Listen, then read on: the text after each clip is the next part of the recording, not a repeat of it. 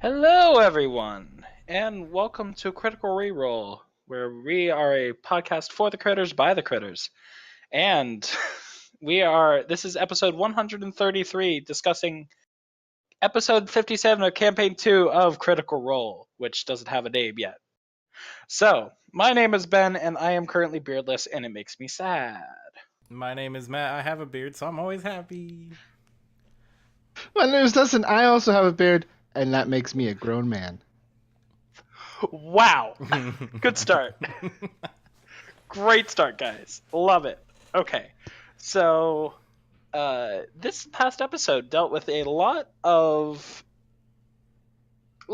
repercussions from one very fateful event done by our very own Caleb Widogast, and we have a lot to discuss about that. So, first off, wow, he did the thing and gave the beacon to them, and it did a lot. Like it did more than I thought it would personally. I know last episode we discussed what would happen. Now we've gotten to see what would happen, and my overall reaction to this is, wow, that did more than I thought it would. And I don't know what your guys' thoughts are on that. It was fun to see how Matt reacted to it. Like, oh shit, I didn't think you were gonna do that. Now I'm glad we have a week off for me to decide how this is gonna go down.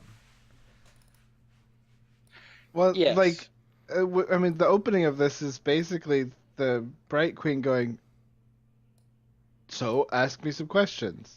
Yeah, AMA. And you saved my it was just civilization. like literally, like, you guys are heroes of you're heroes of the realm. Like, go ahead, ask me anything. And I love it. They had 2 weeks, and they all just sat there like, So we live here now forever, right? yeah, and I was like, there's so many questions that everyone wants to know. They're like, team jackets we need to buy. It's members only jackets. Korean has members only jackets. It's just got an embroidered dodecahedron on the back of it, like the pink ladies, you know. Exactly. It's basically a D20 club. Is what I'm hearing. Yes. So 100%. But it was interesting because Matt had 2 weeks to really figure out how he wanted people to react to this. He kind of shut it off on such a sense that he could get all of his NPCs' collective minds to land where they needed to, and then I don't think the Critical Role cast actually knew what was going to happen. Like, I don't think they were prepared for questions, even though they had 2 weeks, but also they're busy people. But there's always time for TNT, Ben. So it was interesting to see the back and forth between the Bright Queen and the Mighty Nine, because this is probably one of the most truthful I've seen the Mighty Nine in a long time. Like, just straightforward, this is what happened. I wish they had been more truthful, though. Like, when Me they're like, too. yeah, it's my husband who's down there. And then she's like, oh, it's nice to see a goblin and a halfling able to come and, like, be in a union. And they should have been like, well, actually, I'm not a goblin. I was a halfling. Is there anything you can maybe help with that? Since you're, this civilization that's on rebirth, and, like, maybe you're not always in the same body you used to be. Maybe you can help me get back to my old body. Yeah, and they still have that still might come around. I don't know if it's like there's a lot of things that they're trying to keep secret, but it doesn't make any sense to at this point because you've made at this point, yeah, it's like I disagree with that, and I think a big problem with that is trust. There's a lot of things that happen that they don't trust where they currently are, even though they've been given all this information. They as characters don't trust, and they can't just immediately put everything out on the table. Like, they haven't. They never gave out that they had a vial of the serum, the whatever that Yeza collected. They never gave out that they had the tripod. So they still have that stuff to themselves. They still have a couple of things up their sleeve, and they're not ready to just give everything out into the open yet. They're just a group that doesn't trust in general, because they didn't tell any truths on the Empire side, and then keeping everything on this side as well, because they kept the dodecahedron. They lied about what they were doing. Almost every single. That's just who they are as a group. Is they don't tell the truths, and they're just a bunch of messes. But we do in this one get a lot of lore about the Luxon, which I think is a good thing to talk about because we learn that the Luxon, if you may permit me to talk about fancy magic lore, the Luxon apparently was someone who came to the world of Exandria before anything else had been there.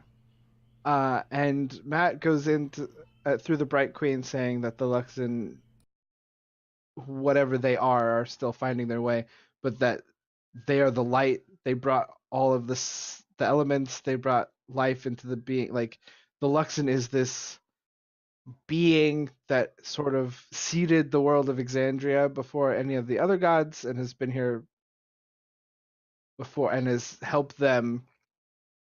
Has helped the people of Kryn in the however long it's been happening, kind of break free from their I can't remember exactly what she said, but she said a really cool line about the the path set before them as being cursed and the drow, but they kind of forged themselves separately from the gods and their own path that's not defined by anything. I think it's really cool that the Kryn and through the Luxon are sort of this you through the possibility and through yourself. You don't own your allegiance to any other gods. Like she uses the term collection and pawn pieces. Like we don't offer up ourselves to be collections for some greater deities who bicker and fight between each other. Like this is Kryn who's living in a world that the Empire calls Gordranus, which was the term during the Calamity. Like they're stuck on that viewpoint, and they've named it Roshana to sort of break free of like here they are in the middle of chaos trying to forge their own paths and not be slaves to gods, to preconceived notions, to the history of whatever races that have been there before. And I think it's a really cool thing. And then she also kind of talks about the power of the beacon. I think later they ask like what does it do, and we learn that the Luxon has many, that these are all parts or pieces of the Luxon. So whether the Luxon was a being in general and spread of, I think we have a question that talks about the Luxon, or a question in our forum, everyone, and we do have a form that you can fill out every week. Ask us questions, give us comments, say things. We'll answer them, maybe. And so, yeah. Yes. Oh, that one. Well, that one. The Luxon. The Luxon. It's the one right after that. The Luxon. A far realms or god level being that meteor swarmed itself into Exandria in the pre-times. And I think that question is like, did these pieces rain down, or was there a Luxon before, and the Luxon sort of split themselves up to find and understand like the nature of the universe through letting people use the power.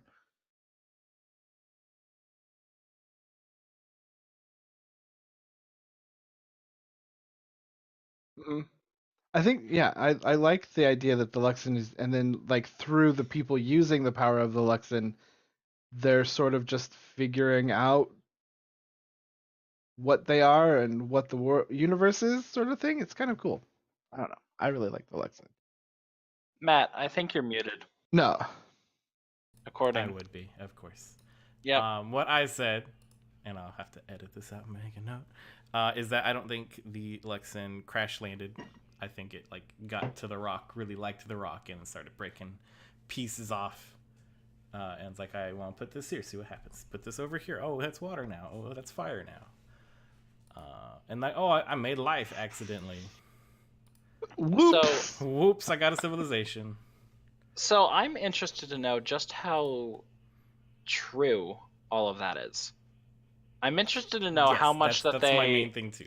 So, as I'm taking a religion class right now, I'm taking in school, and it's really interesting to go. What actually happened? But this is what they believe, sure. But what actually happened versus what they believe, and does it really matter? Um, for the current situation that we're in, they're not going to just change their beliefs. So right now, there's a lot that we could speculate on the Luxon, but whether all of that actually happened or not, or there's some other kind of magical force that's being played with right now, we're not sure. Um, but the Luxon is what they believe, and it's what they've basically built their entire civilization on. Um, so it's a powerful force, but I don't know if I completely buy into the fact of all the things that they said have happened, and I want to know more about the dodecahedrons and what they do, and I want to see more about consecution in general. Well, Because what we know about consecution, and especially in this episode, we get a little bit more in that they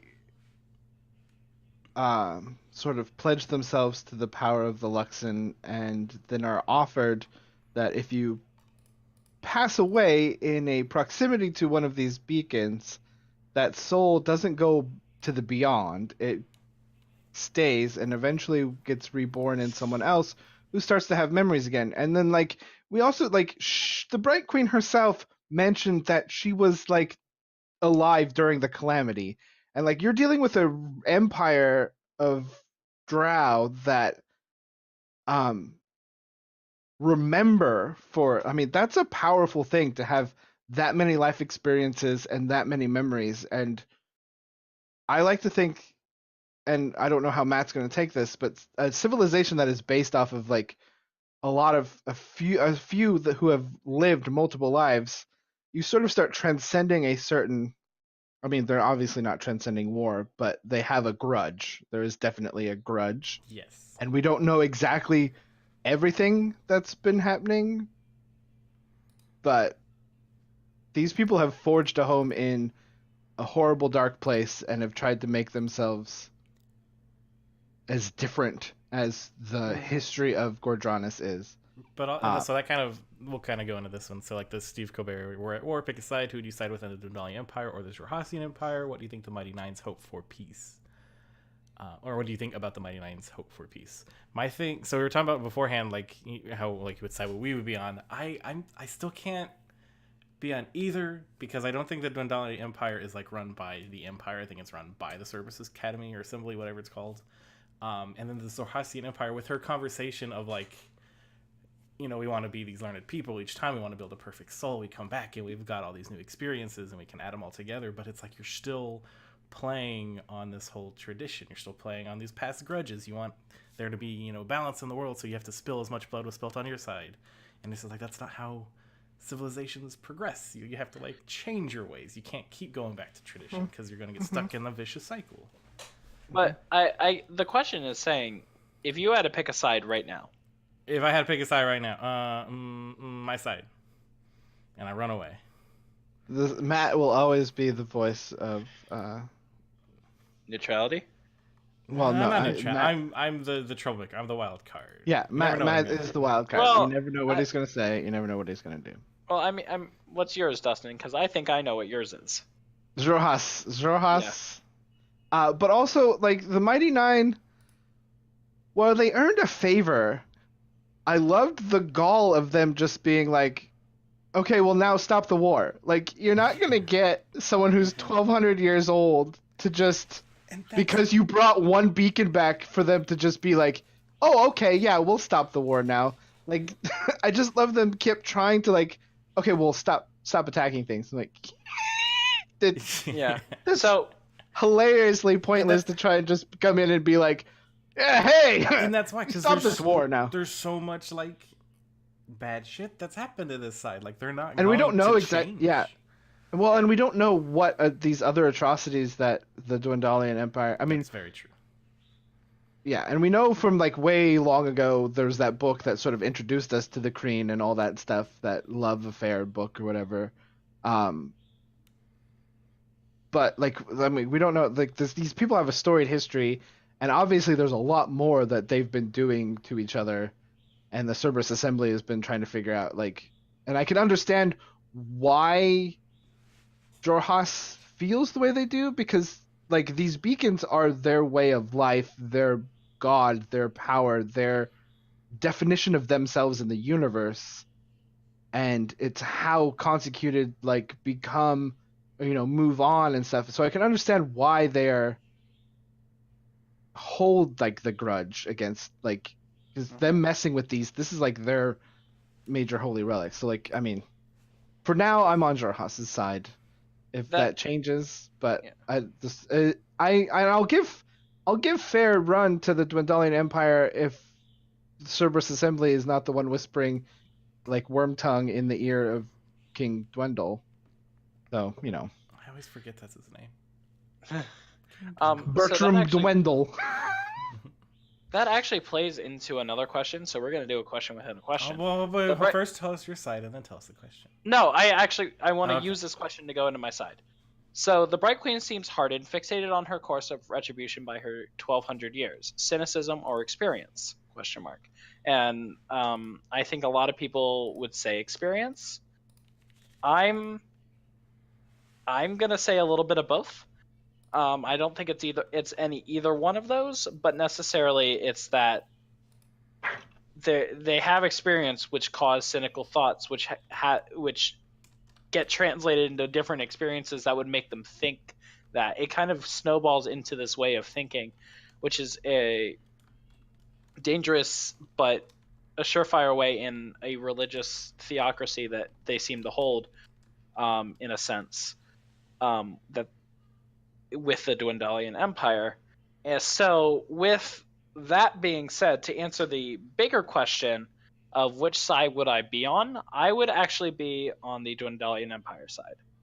But that for own personal reasons of I would be more familiar there. If I am Ben and I had to choose one, I would go with the one that I could be more easily with. Like I could just exist more easily in. And I think I would be able to exist in the Dwendalian Empire better than I could exist in the Jorhas dynasty. Okay. Interesting. So, not that I'm saying that either one's better than the other, because I don't think either of them are necessarily in the right or in the wrong right now. But I think that there are bad people on both sides that have caused these so many tensions, and now it's finally exploding. But I think that I would survive better in the Dwendalian Empire, and that's why I would probably go with them. That's fair. That's fair. So, what about you guys in chat? And we'll come back as we continue the discussion. Go ahead. No, I was just going to continue on. There's a lot of back and forth that happens between the Mighty Nine and the Bright Queen and even the people around there when they explain Consecution. And the super old goblin lady, that was super cool. Yes, I don't remember her name, but she was wonderful. Sky something. Yeah. From Den. We learn. Yeah. Miriam or something like that. Mm-hmm. Oh yeah, 10 million. So, we learn a lot about Consecution and the rebirth cycle that happens through that, and it's pretty insane in my opinion what happens. That somebody is basically defying death in a sense, and I'm wondering how necessarily that's allowed to happen with death gods. And how that's something I never really. That's in one of the notes too that they stole. Is that like I wonder how the Raven Queen feels about this? Yeah, like they just keep getting reborn. Like they don't ever pass on. That just seems. And they're like intense. robbing the world from this new life because like the baby born and like kick out that soul. This is mine now. Like where does that soul go? Does it or do they, like, we don't know like whether they merge, like it starts remembering, and that's another thing, like pieces of their past life. is merging technically robbing a soul that could have been formed without the? Because like, I is it two suppose. different I mean, consciousnesses fighting it's a over the really- body? it's a really interesting it's really interesting.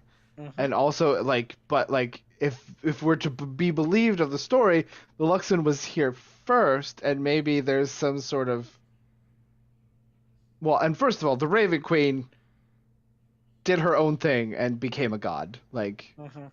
That's and maybe fair. there's some order to the universe that we don't understand with the gods, because it would be very interesting to see the gods' opinion of the Luxon. And the Luxon, the Luxon doesn't seem like something that interferes like the other gods, especially the way she described them as being like the other gods taking tokens and collections and playing chess with the souls of people. They feel like they're striking out against this sort of like nature. But yeah, it also is, man, it's just really interesting. Mhm. And maybe the Luxon doesn't seem to have like a presence like a god would be. Like the Luxon is just in these beacons, and that embodies the threads of possibility and forging your own path. But it also gives off real big like Ukatoa vibes. Like Mhm. these are No, the there's different parts of my body that make me into a giant phoenix again, because phoenixes are about rebirth. This is So- Oh, exciting. we can still tie that theory in. You don't think that theory is dead? Oh heck no. Because like a lot of not a lot of revisions. A lot of religions are like based off of stories that like get reiterated over time. So this could just become like, this was when the Luxa was created by whatever betrayer god made that one, just like how the Serpenty guy made Ukatoa. And like a new religion could have been born off that like has gotten so popular and like reiterated so many times that like that's just what they believe now, because they've figured out how this piece of it works. They're like, okay, we can build off this pitch meeting now. We need merch. There's And a it's lot, definitely, yeah. Galen in chat does mention that it is a certain number of people are consecuted and have the ability to do this. So we don't know like what that number is, and that, I mean, this is a very stratified. Only so many people can be consecuted, and Umavis are these perfect souls that have been through multiple lifetimes seeking perfection, and that's an interesting whole thing that we could spend hours on too. They just have a high midichlorian count. I know you keep saying that, and you keep saying that in the chat, and I haven't been engaging with you, and I will not engage with you now.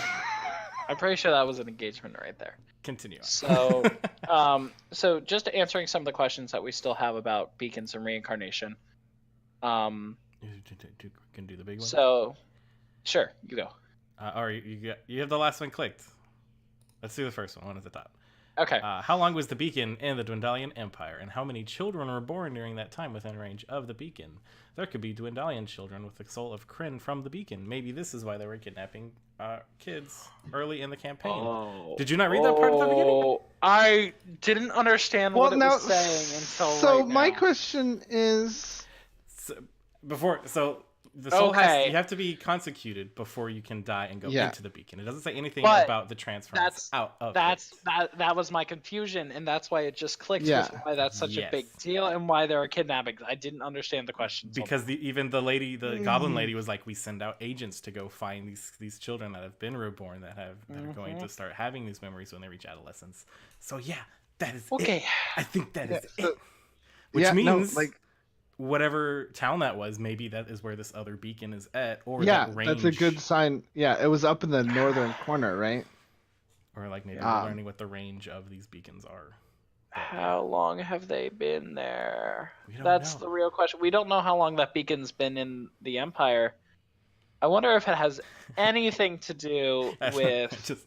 Sorry, in the chat, Axlo was just like, oh, fuck, my brain exploded.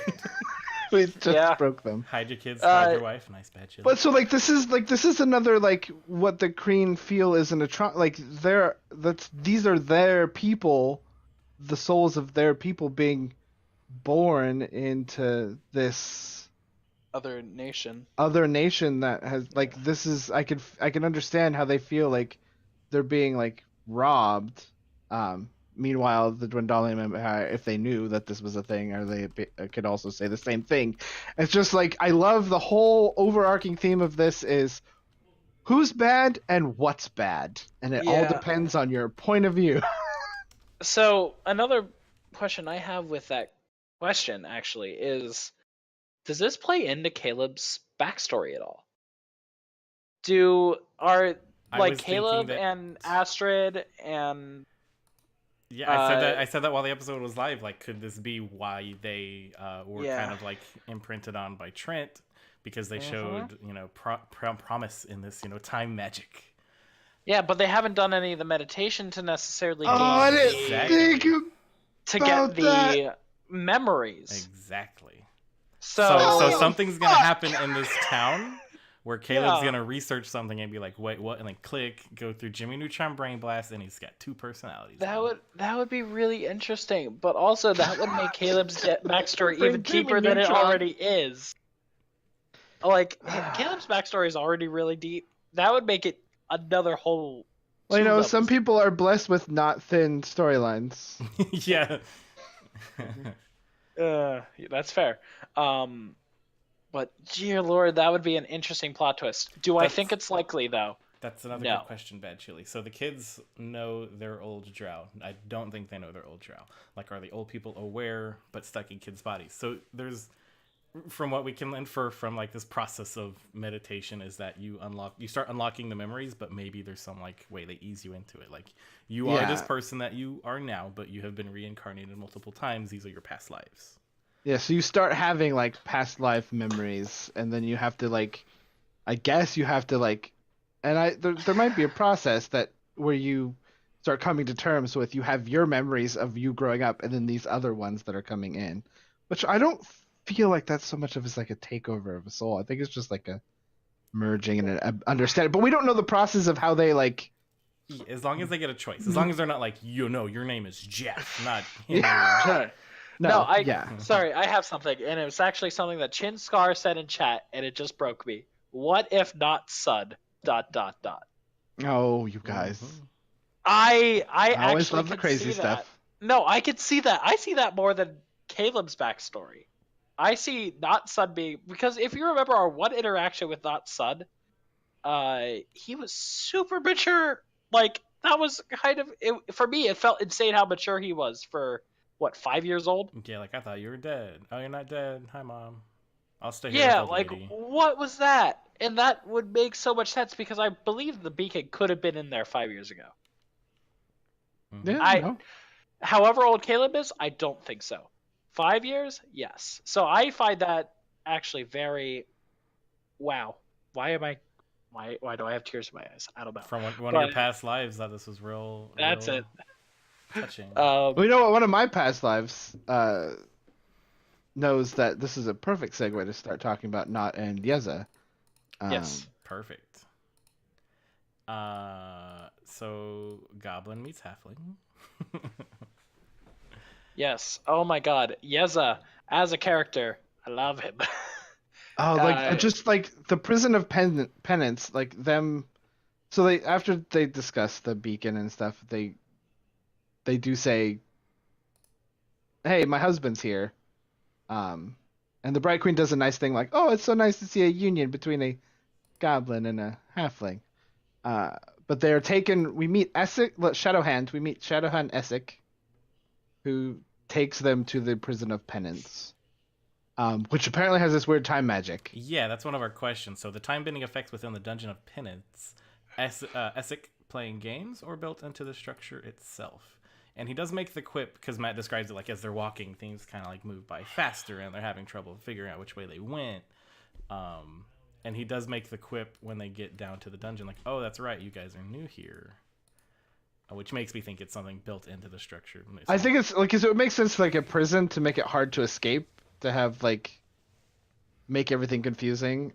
And Essek does mention that time is his speciality. That's why it doesn't really bother him. Because he's a But prodigy. I thought that was a super cool like security system for a prison, to just be like weird timey confusion-y stuff. Because then if you have someone that escapes, they're not gonna. It's impossible. You can't like draw a map. Like, all right, run this far until you get this queasy, and then turn left, not right. Yeah, continue. Just I didn't have too many thoughts on the Judge and Penance myself. I thought it was. But just you a want cool to talk thing. about Yeza, so I just want to bring Yes. up that because we did have that question. Yeza, I love him. He is a character that he's the kind of character that I love because he's simple. Like overall, while he has an important place within the whole role, overall he's a simple character when it comes to his personality and his desires, and he would not be one that could be an adventurer, but he's a great supporting character, and I love when supporting characters get their opinions out there like his did throughout this episode.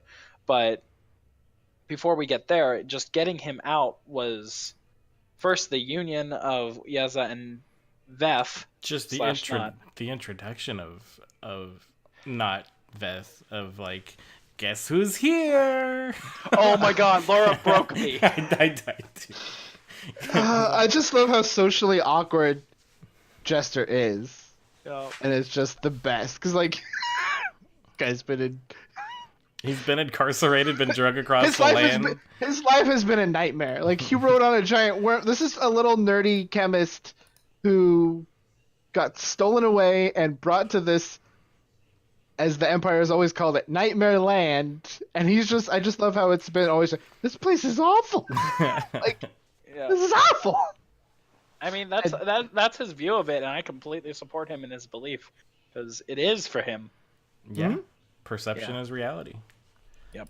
But yeah, so we get that. We get the whole reintroduction of Veth, and like, I don't look the same. It was so cute. It was so adorable, and I loved it. I was like, I had tears in my eyes. They were so cute. Like, Matt and Sam RPing together was just. And you can see Liam too and Marisha. So everybody on the screen. Everybody on the screen was just like, this is so emotional. Yes. And then also being, they just did it so, it was just so well done. And that part where Yeza, was that during this when Yeza was like, you're so brave, like you came here to rescue me, like doesn't see herself as anything like good, but like she came all the way across a country and braved death in many ways to get Yeza, and like got there and was like, to Yeza, that's amazing. And I love how Yeza was just like, it's still you, right? I don't care what you look like. Yeah. You're my wife, and you came all the way over here for me. That is amazing and heroic, and it was just so cool to see not being seen, not through... Oh, that's a lot. It's really hard to say not something. Say Veth. For Veth to see herself through Yeza's eyes rather than her own filter that she's put on ever since she became a goblin. It's also interesting though, because I don't think that necessarily Veth is the same person that she was. Not physically, but mentally.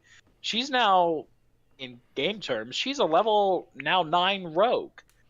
She has so many more abilities. And they joke about that too. They're like, she became a mercenary. Yeah, and he's like, but my wife's a mercenary. That's so cool. I'm like, yeah, it is, dude. She's not the same person anymore.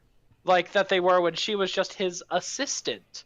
Is even the words, or to his chemical engineering. Like, she's so much more than she was. So it's not like they're even the same person. But my thing that I love about Yeza is that he wasn't like, what did you do? He was like, oh, that's so cool. Yeah, like tell me your story. Yeah. He's a trophy husband now, and he loves it. Yeah, no, and he's perfectly happy being it. Like, I think that's what I love about D&D though too, is like you have these NPCs that are just normal people, and like they don't have stat. And then like as an adventurer and as a player in D&D, a character in D&D, you are so much more, and you're not as, I mean, it's rare like in terms of like normal people versus like it's just really, I just like playing it like that, where like there's just so much more and amazing and magical. And anyway, sorry. Yeah. thought it was really cool how Yeza was just Yeza was great. so Super understanding. And then we have Vashta in the chat saying, what really broke me was when Yeza found Not lying on the floor and then went and laid down next to her. Because it's still his wife. It's like, why are you on the floor? And then he just like laid down. You guys, they're perfect. You guys. If anything happens to them, and I liked all the. Was it at the break when Sam was like, "Oh, in my backstory is already full circle." Sorry, Travis. Couple months on the sea, still not done with yours. Mine's already wrapped up. I don't think that's true necessarily. Oh, absolutely. But still gotta get her son, who's probably like the king of the Dwendalian Empire. Or Zerhashian. I would love that. But there's a lot of good Yeza and not interaction in general, but there's also a lot of good Yeza and the Mighty Nine interaction. Like they have a lot of time that they need to talk about stuff, and I have a lot of feelings about that, but I don't want to take away from what happened.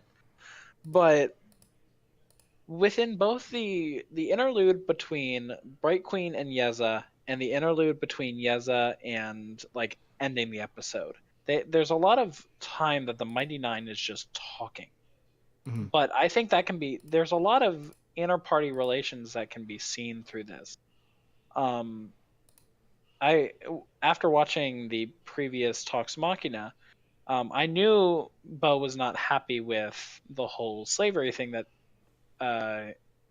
she and Caleb were going into, but it was interesting to hear her actually talk about it. But I don't think she was as mad as she was anticipating because of the situation that they were in. Yeah, that was a great exchange of like, this is the thing that happened, this is what I didn't like about it, and then when Ford tried to make a joke, she's like, no jokes, like this thing that we did, it took away my voice and I did not like that, we're not doing it again. Yeah, and I thought that was a very clear cut, like, this is not happening, but it was also one of the cleanest resolutions to a problem that they've had, that without just walking away from something. Yeah, it's not like, we're not having this conversation anymore. Like they had it, it was quick, and it was succinct, and it was like, this is what happened, is that what made me feel? I didn't like it, it wasn't cool, we're not doing that. So, and then one other interaction that I wanted to bring up, because I found it super interesting, was after the talk with the Bright Queen, Jester was very joking and happy, but then inserted this very, very pointed comment. Yes, I don't think I can ever get to meet my father now. I don't think I'll ever get to see my mother again. And it came out of nowhere for me. Like, we see Jester as this very happy person, but she's thinking about these things that are like directly affecting her, and she's very not actually happy with the fact that she might not be able to now meet her father, because getting back into the Empire is going to be real rough. See, but here's my question: why is it rough? Like, the Empire doesn't know that they were there. Wow. Yeah, that's the other thing, is like they don't know how much. They're doing this thing again where they like, when they they stole just the ship, they're like, everybody knows we stole the ship. Everybody knows we just came to the Empire. Then no one. And like, sure, Caleb does make the note, like, my assumption is that everything that was said in there has made it back to the surface assembly. Everything that was said in there has made it back to the Dwendalian Empire. I mean, that's still possible, but I don't think Nicodranus is separate from the Empire, first of all, and I think that was just a little not like understanding the situation they're in, because she could see her mother. Yes. Mm-hmm. Okay, so I'm gonna caveat on what I just said.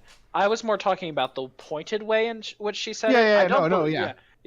She'll be able to see her mother, no problem. Especially now that they hit level 9 and have teleportation circle and can get back to whatever the wizard's place is. Steven. Oh, Steven. Continue to just go with it. Go with it. The wizard. Yeah, so Steven. Yeah, Steven. Got 2 apostrophes in there. It's legit.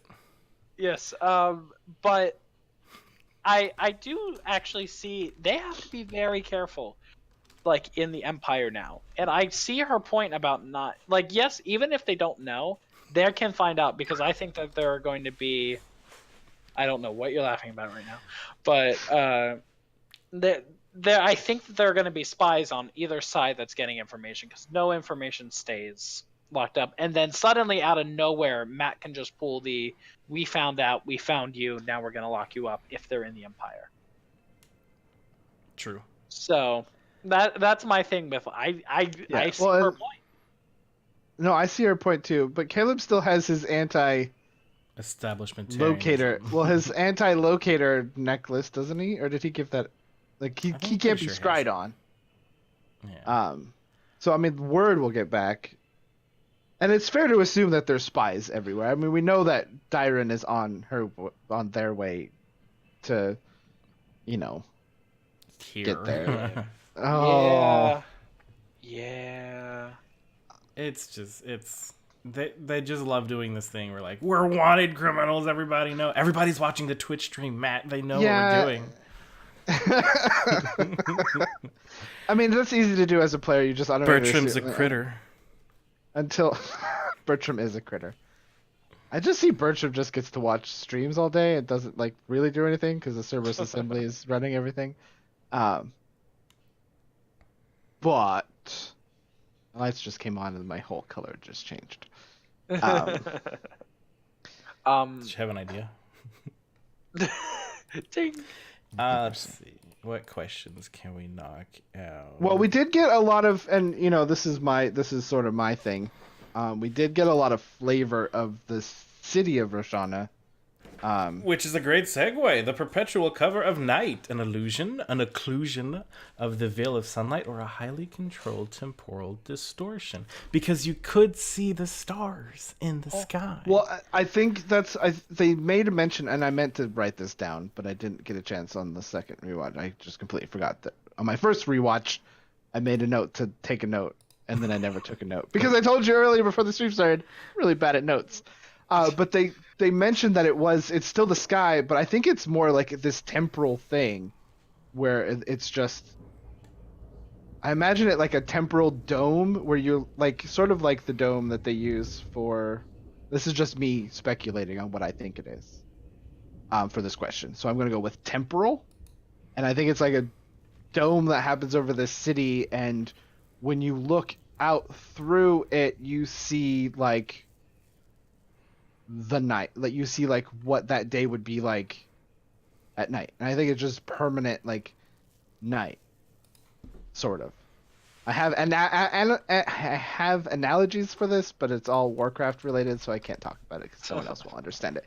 But anyway, yeah, I think it's like a temporal thing, that it really is because they made mention that you can see the stars, and it's the right constellations Matt had made mention.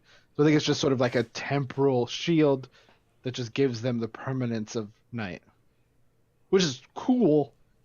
Which is just cool. I don't know what you guys think. I'm gonna go with that as well, honestly. I don't personally care all that much. I think it's cool, but I like how we all have our different things that we like. Well, I just want to know if it's if this is. I really loved that though. If this is one of the other practical applications of Dunamancy, because this is the time shifty part of it. Yeah, it had that sort of real feel that they're using it as sort of a time shifty. Because it's different than the dark cloud that moves with the army. So this is some sort of more permanent thing. Mm-hmm. Mm-hmm. Which would make sense. I just wanted to see more of the city, and I really want to go to that place of knowledge where Waka Waka is. Because Matt will make names that are just real, and we will always ruin them. Waka Waka, So that kind of gets us to you always go to such a different reference. I don't know what that is. I'm pretty sure, was that Shakira? Reference? Yes. Yeah. Okay. I only know one song by Shakira, and that's the only one I danced to. Well, I mean, last time there was a reference. It was a kung fu fighting reference, and you said something about, I think, Bohemian Rhapsody. I don't know. It was great. Anyway, back to questions. So we had another one. So there's 3 dens: Thalos, Oleos, and Miriam, and several districts: Lucid Bastion, Firmaments, Shadowspire, Gallifrey, and the Ghostlands. Which den would you aspire to, and where would you reside as a resident of Roshana? Well, the thing is, we only know there's either the 3 dens that we know top tier, but apparently there are more dens, and we don't really understand what. Yeah, I don't know the breakdown of what defines a den, right now. All I'm going to tell you right now is Essek. I love him. I want to go to the place of learning. And the Ghostlands is a really cool thing that we didn't get a lot of flavor of, but we know that it's the chaos of the calamity and the betrayer gods still reigns. Like the city is walled in, and there's just the ghost. It's just the idea of the Ghostlands. Yeah, It's just this really crazy place, and that people. I come from a family of homesteaders, so anything that's always like homesteady is very dear to my heart. Like there's no land to claim anymore, and people are like flocking to Roshana as like a haven. Outside of what we don't know really in the Ghostlands is just this, what I assume is sort of this crazy magic and whatever. I mean, this was the home of the betrayer gods, so everything can go beyond these walls. We don't know. That grass will kill you. And so I just have like this weird dark just love magic ravaged lands. That's one of my favorite. I'd go with the Ghostlands as well, but probably not by choice. I would be exiled immediately. I just like the idea that there are people who go out there and try to claim a stake, and then maybe you hope that the city, you get enough people out there that stay, that the city decides to expand the walls. And Essek was like, we don't have any room to grow anymore. We got to go out. We can't go up anymore. Yeah. And so like they had mentioned that the last time the city walls were expanded was like 80 years ago. So it's not a thing that happens very often. It's just super cool. And I want to learn more about the city. And I want to get more, because I don't remember the flavor of what the architecture and stuff was like. But boy, am I ready for this drow civilization. Personally, I need to learn more before I can answer that question. So I'm going to abstain. Spoken like a true scientist. Spoken like someone who just got out of a fraternity meeting for an hour and a half. So this is another question that we can touch, because I talked about Essek a lot. One of our questions is, Caleb and Essek, potential study buds, friendly competition, or suspicious rivals? How will these prodigies of two opposing empires interact in the coming days? I want nerdy best friends. I want them to just be like, oh, you do this? Oh, I can do this. Kind of get a Percy Tyrion vibe. Yeah, like you show me yours and I'll show you mine, sort of thing. But with magic. I could do that spell with my eyes closed. I don't have to do the somatic parts of that spell anymore. And I want to see Waka. I want to see Wako. Wako, whatever. He's got a very modern life. You're fired. No, don't ever fire him for those, because they're the best, and I live off of them. Matt literally keeps me alive with his... Yeah, GDI Matt, thank you. Caleb doesn't seem like he can be a nerdy best friend. Ooh, interesting. I can agree with that. Let the boy open up. I think he can. I don't think, but it's not, and nobody's keeping him from opening up. The boy's got to open up. Yeah. That's true. Honestly, I'm going to see them more as suspicious rivals for right now. I think that's what they're going to start out as, and then if they fuck up all their stuff within the dynasty, like I think that they probably will, then they're going to turn into more than just suspicious rivals. Frenemies. Well, yeah. I'm the only one on this boat, and this ship is setting sail, so... See ya. Here I go. I thought Essek as a character was really cool, and I'm really glad that we had him, and I want to see more of him. Yeah, he was super nice. Like I didn't expect that, and it's just because of all these like preconceived notions we had about the Empire, and then this guy is like, yeah, let's walk. I'll talk and tell you all these things. You got questions? Sure. So.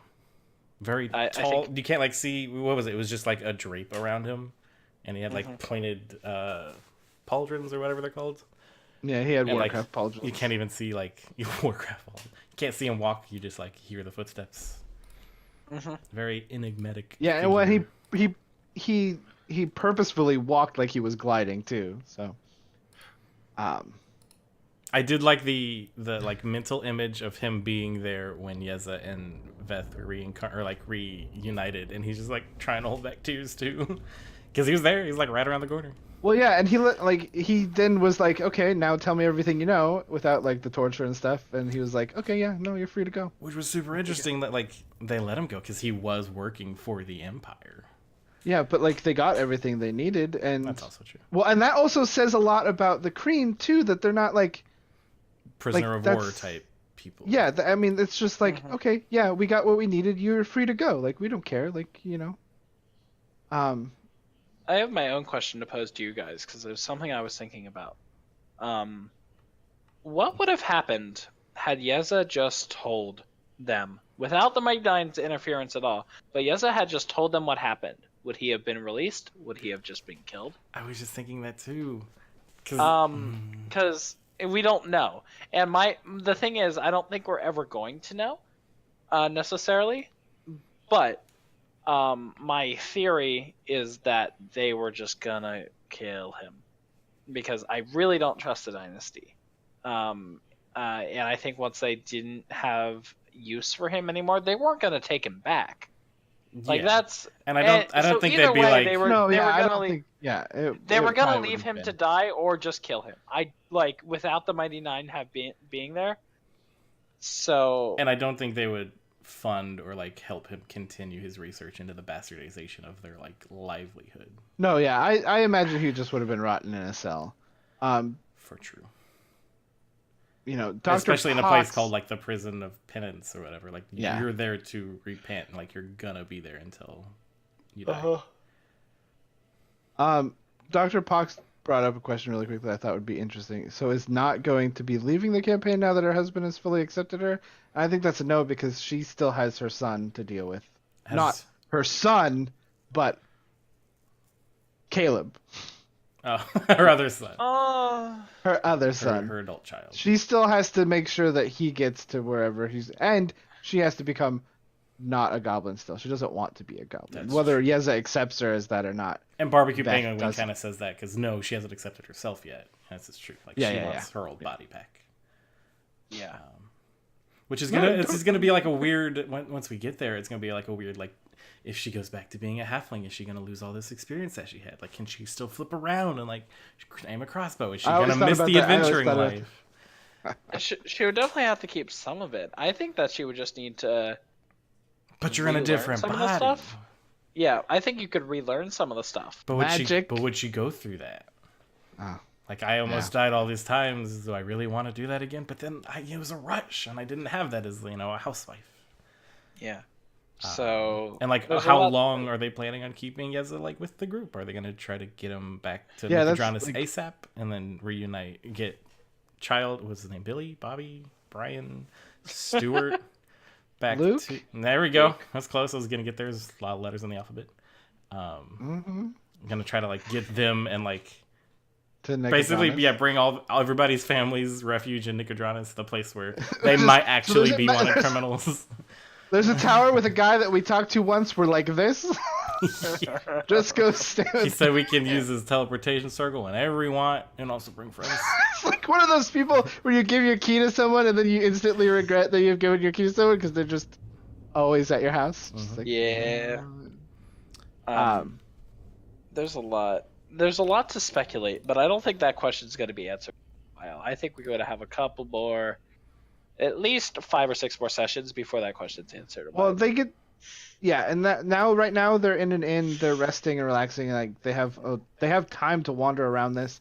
And we didn't mention this, but the Bright Queen gave them emblems of service that they can show, and then she also said, "Don't lose. People would steal these and use them, and I don't give replacements." Like, which that could be in like interest. I mean, that they have these things, and now that could be a point of contention among anyone in the Empire, because also while they're sitting here in this thing, they're eating.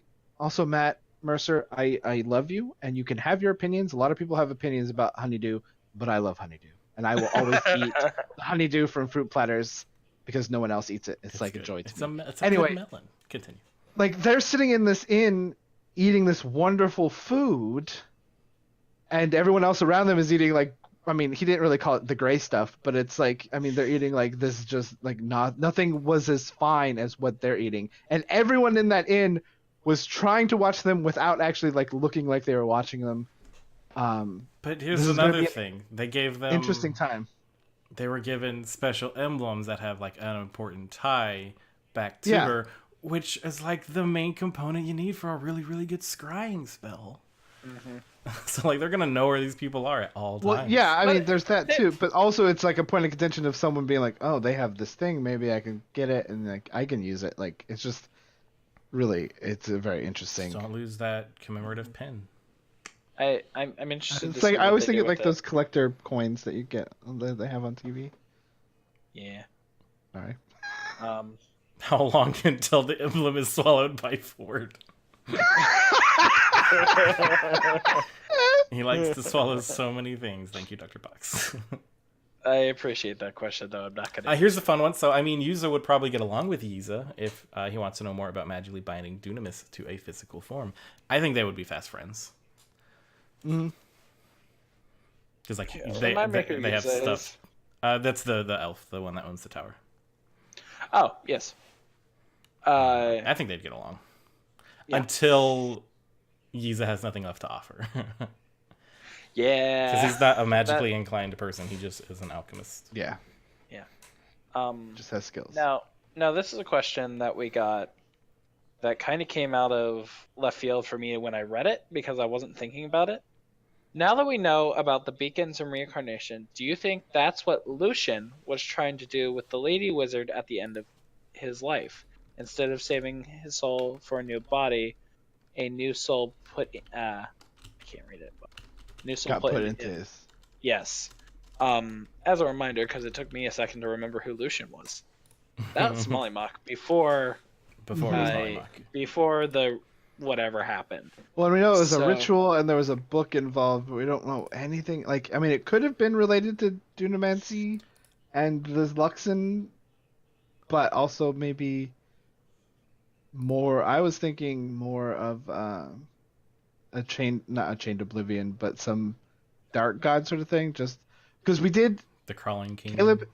Caleb had mentioned, do we see tieflings? Do we see things? And Matt had said, yeah, you see some tieflings, all red. So we know that Mollymock was this purple tiefling that definitely was pointed out like being from Jorhas, but like we don't know why. I mean, obviously, tieflings were maybe purple. Padre was a red tiefling, Madre was a blue tiefling. That's just physics and chemistry and biology. It's color theory. Color theory. Physics. Also, thank you, Nefeli, for the question. We haven't been Yes. saying it. You don't always have to put your name in there, but we do like to give you thanks for if you do put your name. We forgot to thank Tyler Boyce, Yes, for- the T Oh, Voice yes, Tyler. on Twitter for his earlier question about the Colbert one. Thank you. But my theories on this are that I think it's possible. I'm not sure how much they knew being blood hunters. It just seems like a weird combination to be blood hunters, but then also be very in understanding of these beacons that he might not even have known about if he was.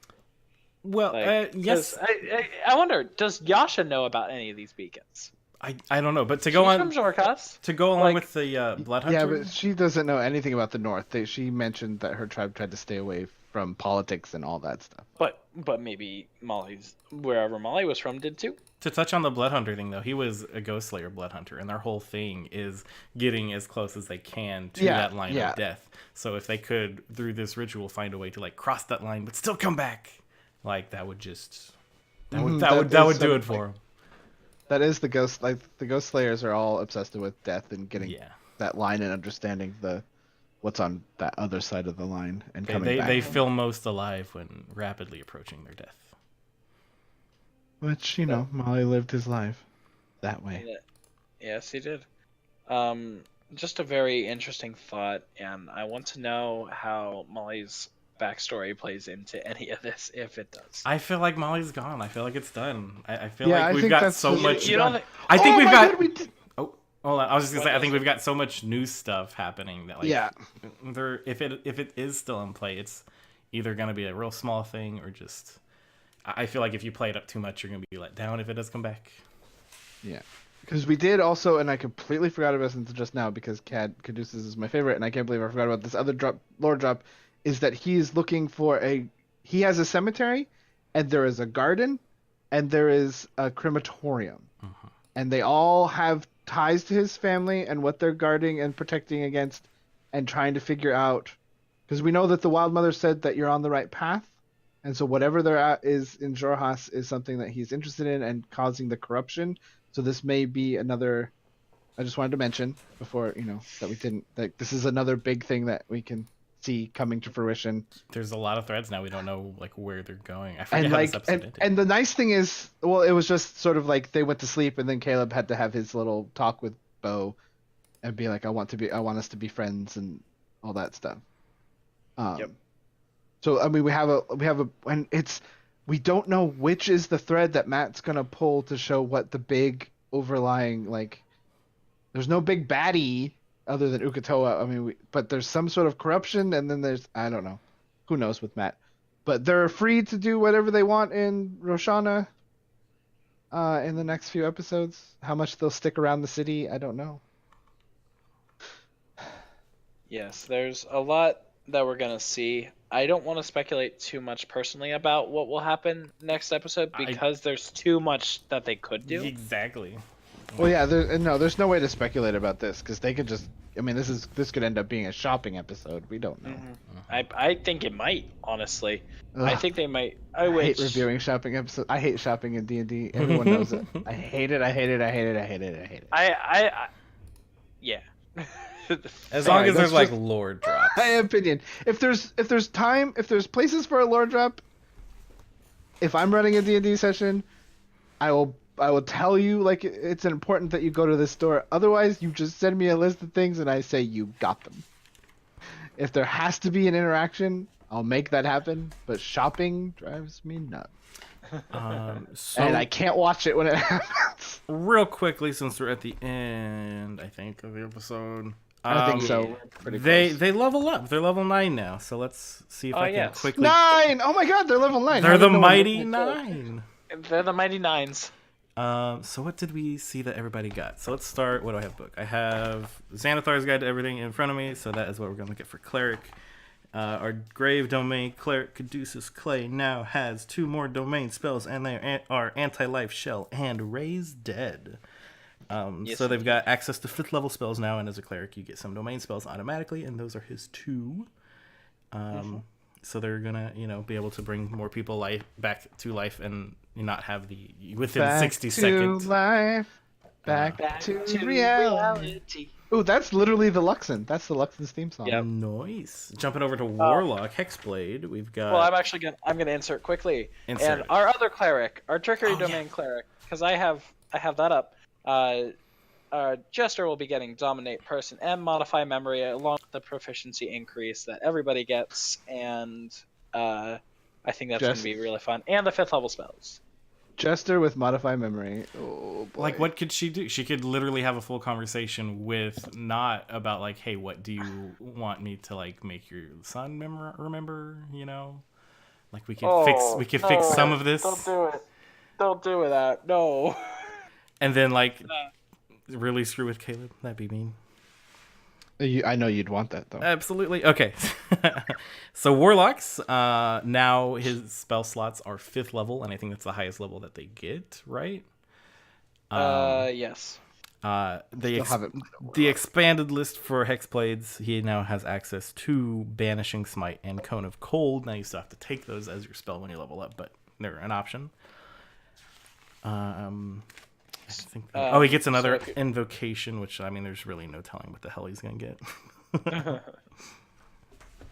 Who else do we have? If with our barbarian friend, Yasha, we get a brutal critical, so they'll add 1 die to their damage if they get a critical. Along with their rage damage goes up from +2 to +3, so that's going to be a nice 1 point increase every time she hits. That's basically it. Beauregard gets to move faster and water walk and wall walk. Yeah. Which is real cool. Because monks just become movement maniacs. At 9th level, you have the ability to move along vertical surfaces across liquids on your turn without falling during the move. And then rogues, let's see, the number of, what's it called? The thing they do? Like their thing? Sneak attack. No, sneak attack. They get 1 more sneak attack dice. And as an arcane trickster, if you are hidden from a creature, when you cast a spell on it, the creature has disadvantage on any saving throws it makes against the spell for the turn with their magical ambush. Oh, they get a with magical our- bush. They get a magical bush. Named Amber. Named Amber. Our wizard friend only gets 5th level spells, no special thing. However, teleportation circle. And he's already got a scroll is for it, I big. think. And he already has a scroll, and he already has a insignia. And based on how That this is going to be a shopping episode because he has to get ink and paper. Yes, I know. Yes. But based on how teleportation circle works, I believe that he automatically gets to know too, if that's how Matt is going to play it. Yeah, he I can know, replace one with the one with he his- already knows. But didn't he memorize one? He memorized the circle, but you still have to transcribe the circle and then cast the spell to use it. Yeah. Okay. That's the one to get back to Yusa. Yeah, you have to for the spell. You have to draw it out to cast it, and during Yes. the minute. So cast. King Sundu's on the level that I'm on with Hideous Laughter with disadvantage would be nice because that incapacitates a target, so somebody could get a real big hit. 'cause it's Hideous automatic. Laughter is such a good spell. Bo becomes a Naruto-style ninja. Hell yeah, yes, X Lobo. Jester using it to undo the Alter Memories Caleb experience. I don't know if that's how it would work, but a I think Morgan brings. greater restoration would do that. Oh, Caleb's memories were undone in the asylum, were they? I think he started like tapping. I thought into that's them. what that lady did. Like, was take on everything. Yeah, I or- think you're Who knows? right.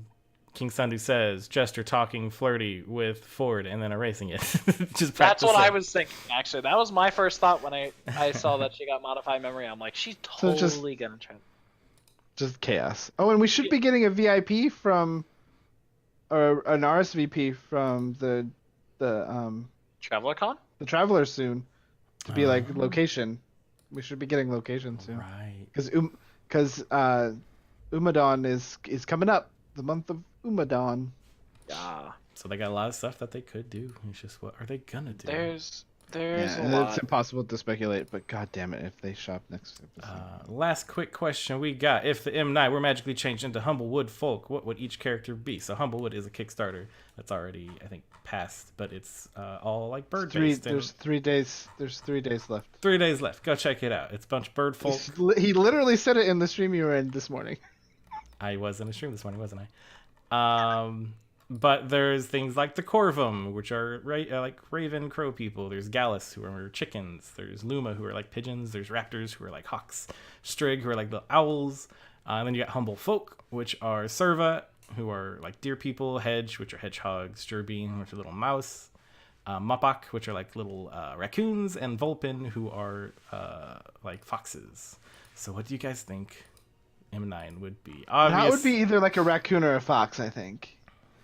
And I think Caduceus would be whatever's long and the gangly Serva. and awkward. Yes, it might be a Serva, yeah. Defo a Serva. Go from a cow to or I don't know. He could be a Gallus. I don't know why. I think a chicken version of Caduceus would be great. Oh man, you guys can't wait to hear my chicken Humblewood voice that I came up with during your stream today. Ford would be a raptor probably. Yeah, that makes sense. Jester a Vulpin or a Mopok. Ooh. Yeah, Or she- Mopok, I could see Jester being like a Mopok. Is that everybody? Yasha would be whoever's like the most badass. Yeah, big old beefy, whatever is big and beefy. I think that'd be a Vulpin. I would almost say Raptor. Okay. See her prey. Caleb would probably be a Luma just because the art has a pigeon with a magic book. And he is a little bit of a trash person. And didn't he start the whole metagaming pigeon thing? Or, I forget. Yeah, well, someone did. Someone Who knows? did. There, they would all be metagaming pigeons. There we go. They're all Luma. They would all be Luma. We solved it. Yep. Cool. All right. And that is So- all the questions. We did it. I think we did the thing.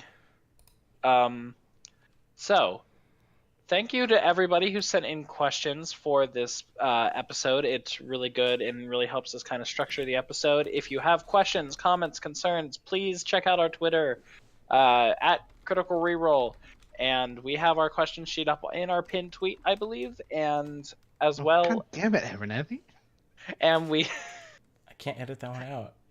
and we tweet it out after each Thursday, and we try to retweet it every day leading up to our Sunday live broadcast. Try. Yes. If you are listening to this after the live broadcast, be sure to check us out at Critical Reroll on Twitch, Sundays at 9 p.m. Eastern, 6 p.m. Pacific. So you can listen to our lovely voices and chat along with us. If you use the dashes, it's better than the. Oh, God. I'm so sorry. Thanks, guys.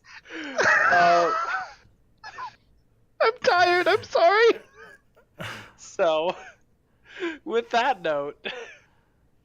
All right, hold on. Gather yourself so I can get a clean cut when I edit all this out. I don't have a clean cut. Yeah, you do. Look at your face. Yeah, you do. It's your face. Oh, man. Yep. I've been Ben. I've been I'm Matt. so sorry. I'm the worst. Why haven't I been fired yet? I'm Dustin at GeoNerd on Twitter and Twitch. Thanks, everybody. Thank you so much for chat. Thank you, chat, for all your wonderful interactions. We'll see you next week. Bye. Bye.